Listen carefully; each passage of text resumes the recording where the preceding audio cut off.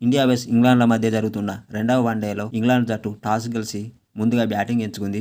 అయితే టాస్ అనంతరం రెండు జట్ల కెప్టెన్లు ఈ విధంగా చెప్పుకొచ్చారు. ముందుగా జోస్ బట్లర్ ఈ విధంగా చెప్పుకొచ్చాడు. మేము ఈరోజు ముందుగా బ్యాటింగ్ చేయబోతున్నాము. మేము సరైన దిశలో ముందుకు వెళ్తున్నాము. చాలా కాలంగా బాగా ఆడుతున్నాము.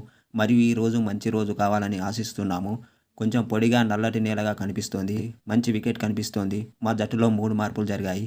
మార్క్ వుడ్, గట్ అట్కిన్సన్ మరియు జమీ ఓవర్టీమ్ ప్లేయింగ్ లెవెన్లోకి వచ్చారు.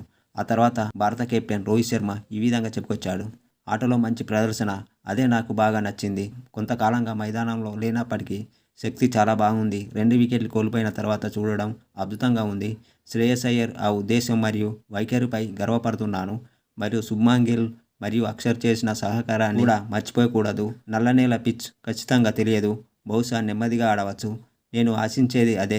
మా జట్టులో 2 మార్పులు జరిగాయి. జైస్వాల్ స్థానంలో విరాట్ కోహ్లీ వచ్చాడు. కుల్దీప్కు విశ్రాంతినిచ్చాము. కాబట్టి వరుణ్ చక్రవర్తి అరంగేట్రం చేస్తున్నాడు.